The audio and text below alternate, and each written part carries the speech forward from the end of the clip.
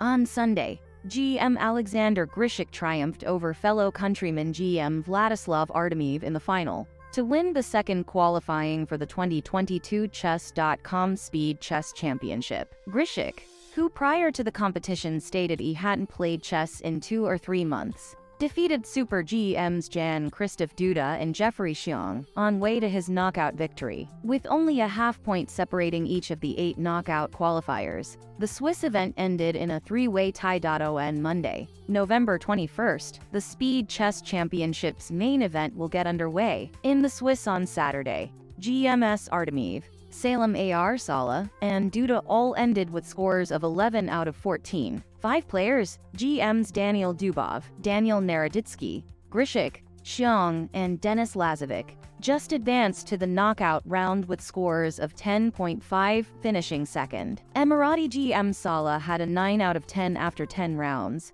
which put him in a strong position to win the match outright. However, 2 defeats against Naroditsky and Grischuk on the home stretch allowed other players to come up. The most exciting of Sala's victories came against Chinese Super GM Yu Yanji in the round of 8. When Yanji was unable to block a kingside cutting, there was no room for complacency among the 3,000-plus players in the Swiss event, as tactical duels caused several of the favorites to lose. One such victim was GM Christopher Yu, who was eliminated by GM Daniel Friedman, a former internet speed chess master. Having entered the competition with a rating of 2699, Friedman concluded it with a rating just shy of 2,900 and an increase of 200 points. After a disastrous start in which he lost 3 points in the first 7 rounds, GM Denis Lazovic quickly claimed the final qualifying place. He qualified for Sunday's knockout with a barnstorming run toward the end of the competition.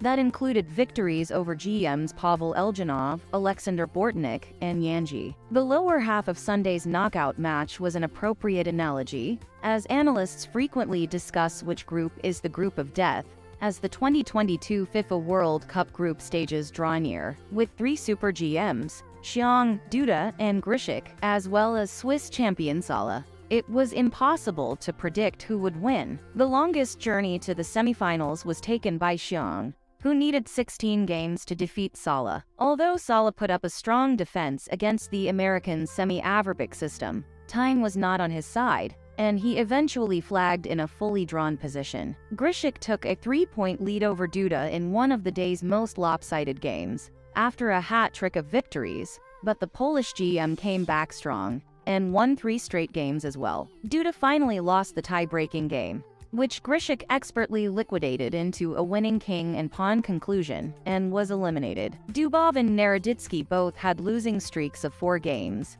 and it took Naroditsky some perseverance to defeat Dubov in a comparable encounter. Naroditsky decided to play softly and grind Dubov down at 6-6. He secured a spot in the semifinal as a result of the successful plan. The day's most astounding game was unquestionably Artemiev's 7.5 to 1.5 thrashing of Lazovic. In his quarterfinal clash, Artemiev declared himself a major contender in the competition and appeared unstoppable. In the opening part of the match, Naroditsky played flawlessly and was able to draw the first 8 games. In an effort to stop Artemiev's onslaught in the semifinal, Artemiev was clearly agitated by Naroditsky's tactics, a master of match strategy, and even lost numerous winning positions. The most exciting of these was a Rosen-esque tie in Game 5, which Naroditsky won thanks to. Unfortunately for Naroditsky, Artemiev was able to steady the ship in the decider. With the scores tied at 7, Artemiev was able to secure the win with a win when things didn't go well for the well-known content developer in the middle game. At the last obstacle, Grischuk put up a masterclass to keep 1 step ahead of Xiong, although it was obvious that Grischuk's strength and quickness hadn't lessened in the slightest.